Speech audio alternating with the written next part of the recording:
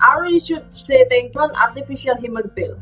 I should also say that I live in a really strict religious community. A few years ago, I lost my virginity while I was in a secret relationship. My parents were so strict that I have to keep everything a secret.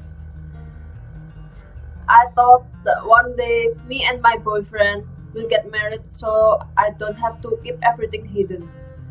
But apparently the fate didn't say so. I broke up with him. And recently I just got engaged with another man. I'm really scared that he will find out that I'm no longer a virgin. And then I tried for a solution.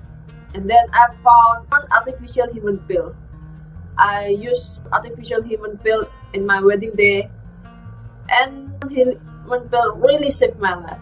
Thank you so much, artificial human pill.